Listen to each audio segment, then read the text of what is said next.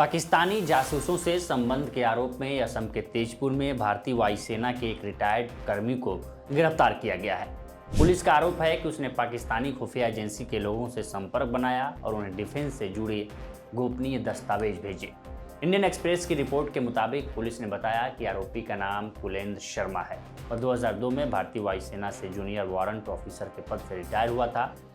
Report के मुताबिक कुलेंद्र शर्मा पर देश की संप्रभुता, एकता और अखंडता को खतरे में डालने, भारत सरकार के खिलाफ युद्ध छेड़ने, आपराधिक साजिश रचने और सबूत मिटाने जैसे गंभीर आरोपों में केस दर्ज किया गया है। असम के सोनितपुर जिले के अतिरिक्त पुलिस अधीक्षक हरिचरण भूमिज ने बताया कि हमें एक भरोसेमंद सूत्र से जानकारी मिली थी कि कुलेंद्र शर्मा पाकिस्तानी खुफिया एजेंसियों के संपर्क में था।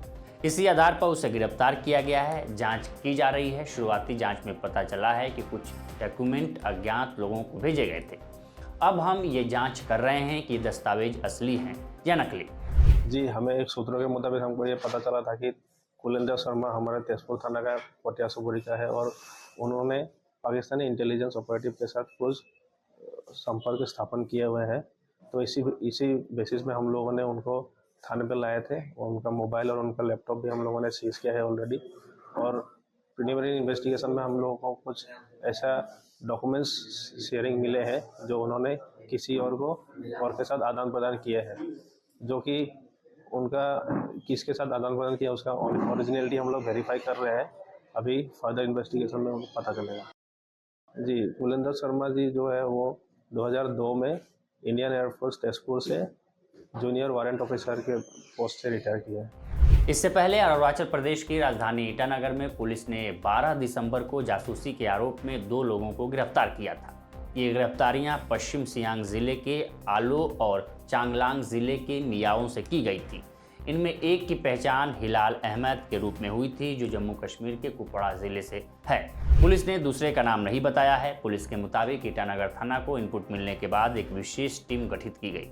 स्थानीय लोगों की मदद से संदिग्ध का पता लगाया गया और उसे हिरासत में लिया गया। फिलहाल आरोपी हिलाल को पूछताछ के लिए ईटानगर लाया गया है। पुलिस ने बताया कि 25 नवंबर को पापुम पारे जिले से आलो पहुंचा था। वह पुराने बाजार में आयोजित एक व्यापार मेले में कंबल बेचने के बहाने वहां आया था। इसी दौरान पश्चिम चांगलांग पुलिस ने इस मामले में मियाओ से एक अन्य व्यक्ति को हिरासत में लेने की पुष्टि की। हालांकि उसकी पहचान और भूमिका को लेकर फिलहाल कोई जानकारी सार्वजनिक नहीं की गई। प्रारंभिक जांच में ये सामने आया है कि हिलाल अपने सहयोगियों को सुरक्षा से जुड़ी संवेदनशील जानकारियां भेज रहा था। मामले की गंभीरता को देखते हुए सुरक्षा एजेंसियां उसके पूरे नेटवर्क और संपर्कों की जांच कर रही है। हमने एक सस्पेक्ट व्यक्ति जिनका नाम है हिलाल अहमद, वो 26 ईयर्स के हैं, son of late Mohammad Sadiq Mir. मैं फिर से दोहराऊंगा, हिलाल अहमद 26 ईयर्स के हैं, son of late Mohammad Sadiq Mir. वो विलेज है दर्द सुम PO Karalpora PS Karalpora, Kupwara district of Jammu and Kashmir. तो उनको हमने हिरासत में कल रात को ही लगभग 11 बजे तक में हमने उसको हिरासत में लेने का प्रक्रिया हमारा खत्म हुआ। यानी कि रात को हम 11 बजे तक उनको हिरासत में हम लिया है।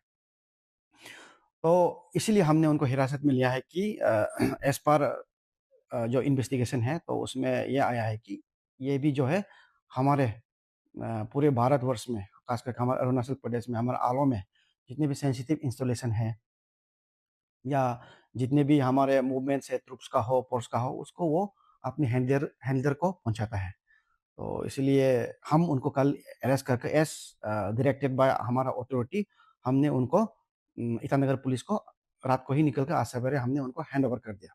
नाउ इन्वेस्टिगेशन, डिटेल इन्वेस्टिगेशन जो है वो ईटानगर पुलिस करेंगे।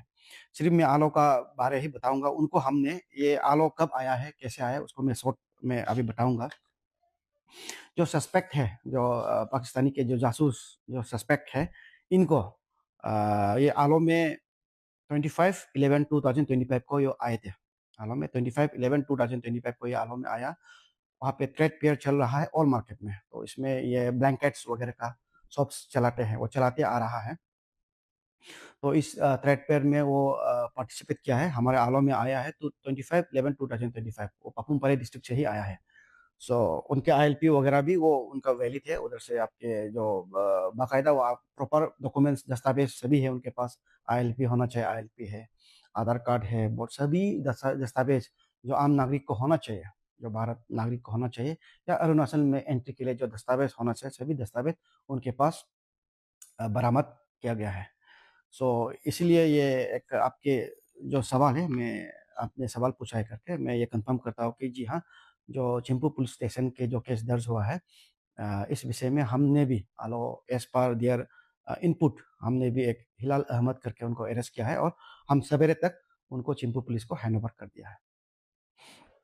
तो सर ये चीज़ सुन के अभी हम लोग का पब्लिक भी बहुत अवेयरनेस होना बहुत जरूरी है। लास्ट टाइम भी एक मर्डरर हम लोग का आलू में भी घुमा खुलम खुली ऐसे घुमा। तो अभी आपका तरफ से as a SP Vaishali district public को क्या अवेयरनेस देना चाहेगा, क्योंकि अभी का समय बाहर से बहुत हम लोग अरुणाचल में आ रहा है, एंट्री हो रहा है। तो आपका तरफ से क्या अवेयरनेस देना चाहेगा सर? हाँ, मैं सबसे पहले आपके आलो न्यूज़ टुडे चैनल के माध्यम से खास करके हमारे आलो जनता, वेस्ट सियांग डिस्ट्रिक्ट की जनता को मैं ये आश्वासन देना चाहूँगा कि हम West Siang district police, West Siang district प्रशासन हम सक्षम है। अब जो भी व्यक्ति हमारा क्राइम के लिए इधर आते हैं, आप देख ही रहा होगा, जो भी हम आते हैं, जो भी रहते हैं, उसको हम तुरंत पकड़ लेता है। उसके बाद में कोर्ट ऑफ लॉ में पेशी करता है हम। सो इसीलिए मैं कुछ अभी इस केस में भी जो हिलाल अहमद जो संदिग्ध व्यक्ति है, जो थ्रेट फेयर में पिछले 25 ऑफ नवंबर 2025 से हमारा आलो में रह रहा है, बट हमने उनको कल तो पकड़ लिया है। उसी तरह इस केस में भी हमने पाया है कि जो भी जो भी जने जो है हमारा अरुणाचल में एंट्री के लिए आईएलपी चाहिए। तो आईएलपी के लिए आपको एक लोकल गर्जन ज़रूरी है, जो एकदम बिज़नेस पर्पज़ के लिए आते हैं या कुछ भी के लिए एक लोकल गार्जियन तो होता है। तो मैं उन लोकल गार्जियन को मैं रिक्वेस्ट करना चाहूँगा, ख़ास करके चूँकि अभी सेकंड इंस्टेंस है, मेरा कार्यकाल में अभी सेकंड इंस्टेंस है, जो बाकी डिस्ट्रिक्ट में वांटेड एक्यूज़ बोलो या वांटेड क्रिमिनल्स बोलो या बहुत ही देश के अगेंस्ट में जो षड्यंत्र रच रहे हैं या रचने जा रहे थे, जो हमारा दूसरा मर्तबा है, हमारे जो आलो में वेस्ट सियांग, मेरा कार्यकाल में मेरा 9 मंथ्स हुआ है आलो वेस्ट सियांग डिस्ट्रिक्ट में। तो ये दूसरा इंसिडेंट है, दूसरा मर्तबा है। तो मैं सभी से रिक्वेस्ट, उसमें भी मैं रिक्वेस्ट किया था, फिर से मैं रिक्वेस्ट करना चाहूँगा आप लोग को। मैं आप सभी को दिल से मैं रिक्वेस्ट करता हूँ कि आप जितने भी आप जो गार्जियन बनते हैं, आप प्लीज़ उनको एक बार हमारा आलो पुलिस स्टेशन में आइए, उसका नाम दिए या हमको वेरीफ़ाई करवाइए उनको। वो कहाँ से है, कैसे है, वो जिस जगह से आते हैं, उनका केस तो नहीं है। तो प्लीज़ आप हमको वेरीफ़ाई करवाइए ताकि हमारे ऐसे इंसिडेंट होते ना रहें और हमें भी एक मदद मिले कि हम वॉच बनाए रखें कि हमारे आलो में जितने भी जने हैं, वेस्ट सियांग डिस्ट्रिक्ट में जितने भी जने हैं, वो उसके कैरेक्टर और एंटीसीडेंट वेरिफिकेशन पूरे वेरीफाइड है करके। बट हैविंग सेड दैट, हम उन जो बदमाश मेंटालिटी भुगतने वाला है, उन जो असामाजिक तत्व जो भुगतने वाला को मैं ये बोलना चाहूँगा कि हम सक्षम हैं। आप आलो में चुपने के लिए आओ या आलो में आप कोई क्राइम करने के लिए आओ, आपको होने नहीं देगा। वेस्ट सियांग पुलिस हम सक्षम हैं, आपको तुरंत डिटेक्ट कर दिया जाएगा। उसके बाद में कोर्ट ऑफ लॉ में इस केस में जैसे कि हम लोग ने जो हमारे ईटानगर पुलिस के हिंद को हम कर तुरंत कल रात ही दबोच लिया है, उसके बाद में उनको हैंडओवर कर दिया। उसी तरह हम आगे भी करेंगे। धन्यवाद। इससे पहले जम्मू कश्मीर के कुपवाड़ा जिले के ही 2 अन्य आरोपितों नाजिर अहमद मलिक और सबीर अहमद मीर को ईटानगर से गिरफ्तार किया गया था। खुफिया जानकारी के आधार पर नाजिर को 22 नवंबर को चिंपू थाना क्षेत्र के गंगा गांव स्थित एक किराए के मकान से पकड़ा गया था। उसकी पूछताछ के बाद अबोटानी कॉलोनी से एक और जासूस साबिर को गिरफ्तार किया गया था। पुलिस ने बताया था कि पूछताछ के दौरान नाजिर ने स्वीकार किया कि वह टेलीग्राम के माध्यम से पाकिस्तानी हैंडलर्स के संपर्क में था और सेना और अर्धसैनिक बलों की तैनाती के साथ साथ सैन्य प्रतिष्ठानों से जुड़ी संवेदनशील जानकारियां साझा कर रहा था। नाजिर के मोबाइल की फॉरेंसिक जांच में अक्सा नामक टेलीग्राम चैनल से जुड़ा डेटा और चैट बरामद हुई है।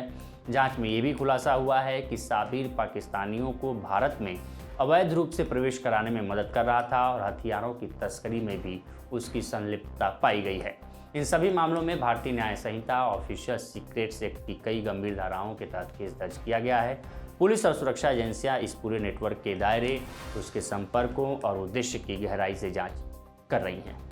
फिलहाल इस रिपोर्ट में इतना ही। इस पर आपकी क्या राय है हमें कमेंट कर सेक्शन में जरूर बताएं। बाकी देश दुनिया की तमाम खबरों के लिए बने रहे।